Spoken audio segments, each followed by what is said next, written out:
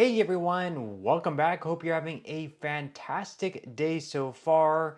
So, in many cases, whenever a future president is running for their position, they make a lot of promises, but then shortly after they're elected, they pretty much completely forget about them, and we really don't hear much more about those promises and they never fulfill them. However, in this case, President Trump really wants to fulfill this promise about Social Security and increasing benefits for millions of beneficiaries. We are going to be covering what he is going to be doing and why that's going to impact millions of Social Security beneficiaries in a huge way. But before we go ahead and dive into it for today, if you would like to receive up to $200 in free stock or $200 in free cash, in a pinned comment below, I will be leaving a link to Robinhood. All you have to do is once you click on that link is just sign up for a free account and then simply link your bank account. You do not even have to make an opening deposit. At that point in time, Robinhood will be sending you one free stock worth all the way up to $200. And if you'd rather just have the cash, all you have to do is once you receive the free stock is just sell it for what it's worth and then transfer the cash value right back to your bank account. Okay, so diving right into it for today, before we get into Trump's big plan to increase benefits for millions of Social Security beneficiaries, before we get into discussing that for today, first off, we do have an update about Doge, Social Security, and the possible huge fraud that has taken place within Social Security, what Musk is saying, what the leaders at Social Security are saying, and what big thing just happened. So according to CNN, the Social Security Administration's acting commissioner has stepped down from her role at the agency over to the Department of Government Efficiency's request to access Social Security recipient information, according to two people familiar with the official's departure who were not authorized to discuss the matter publicly. Now, Acting Commissioner Michelle King's departure from the agency over the weekend, after more than 30 years of service, was initiated after King refused to provide Doge staffers at the SSA with access to sensitive information, the people said on Monday. Now, the White House has replaced her as acting commissioner with Leland Dedek, who currently works at the SSA, the people said. So apparently, Elon Musk's team was asking her and her team for certain sensitive information, which apparently she wasn't comfortable with doing. And instead of denying that information and continuing her role, apparently she felt so uncomfortable or so bad about the situation that she just wanted to step down altogether. Really not sure how all that unfolded, but now we have a new person who is the acting commissioner at the Social Security Administration. Now, we went over in yesterday's video about a lot of the possible fraud that was taking place within Social Security, that we had all these people over the age of 100 and even over the age of 300 where they had, I guess, their pretty much showed that they were still alive. It showed that whatever the Social Security number matching up with the person, it did not show that they were dead.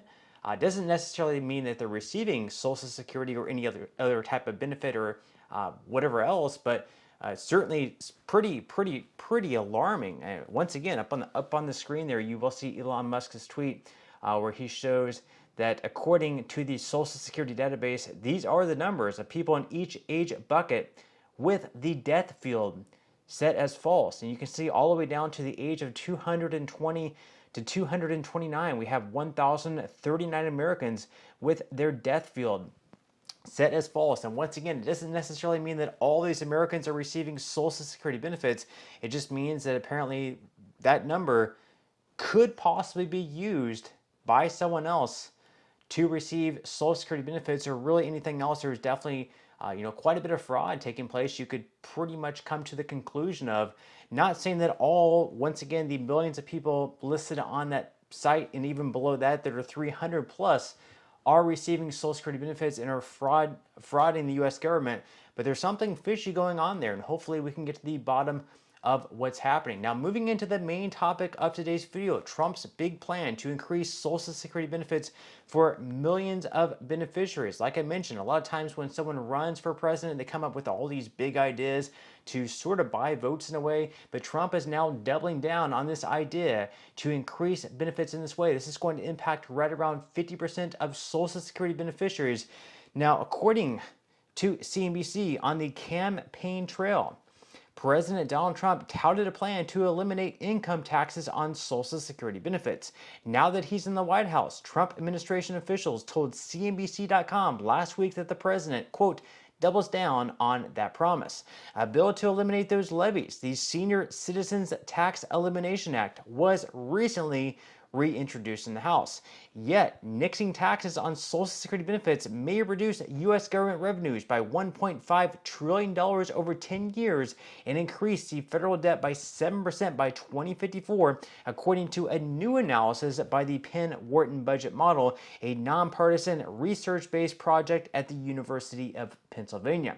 Now, for some high-income households, the policy change may result in gains of up to $100,000 over their lifetimes, the research also found.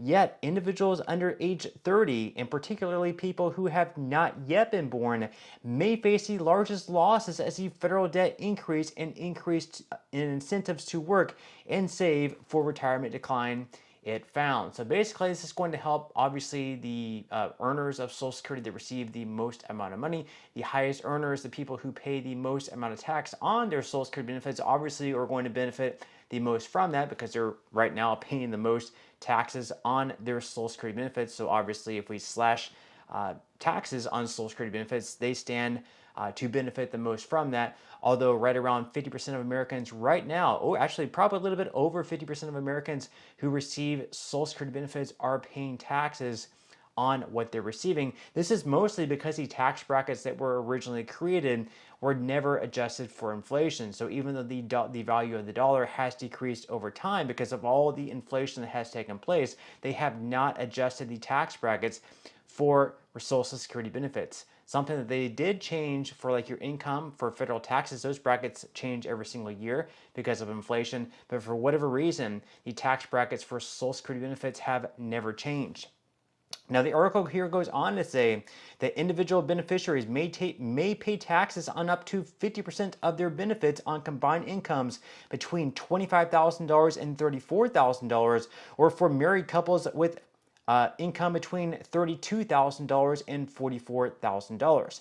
Now, up to 85% of the benefits would be subject to taxation if they have more than $34,000 in combined income. For married couples, that applies if their combined income is more than $44,000. Those thresholds are not adjusted for inflation, like I just mentioned, which means that more people over time have become subject to taxes on their Social Security benefits. So for someone who normally may not have had to pay taxes on their Social Security benefits over time, over the years, with the cost of living adjustments that have been taking place, simply because the tax brackets have not been adjusted for inflation over time, people who before did not have to pay taxes on their Social Security benefits and never thought in the wildest world that they would have to, now are suddenly having to pay taxes on their Social Security benefits. Now, they go on to say here that if taxes on Social Security benefits are eliminated, those at the top of the household income distribution would see the largest tax reductions, according to the Penn-Wharton budget model, that would range from annual gains of $1,625 to $2,450 in 2026, and it would increase to $4,075 to $5,080 by 2054. Lower income earners, on the other hand, would see much smaller gains, with those in the second and third quartiles receiving a bump between $15 and $340 in 2026, and between $275 and $1,730 in 2054, Wharton's analysis finds. So even though people who receive the least amount of Social Security benefits may not stand to benefit the most from this bill, something is certainly better than nothing, even if it's only $300 back in their pockets because they're not being taxed at $300. That's still $300 they can put towards something else. $300, I'm sure they would be more than happy to keep back in their pockets. Now, another proposal in Congress has likewise called for eliminating taxes on Social Security benefits while also requiring high earners to pay more taxes into the program to help mitigate benefit increases. However, the concern with those changes is that while older people would see higher benefits, it would also put financial pressure on younger generations. So obviously the ideas are out there, and for this bill or any bill requiring the elimination of taxes at the federal level on Social Security benefits to pass, it will be the hardest to pass this bill in the Senate, where it would require at least 60 votes.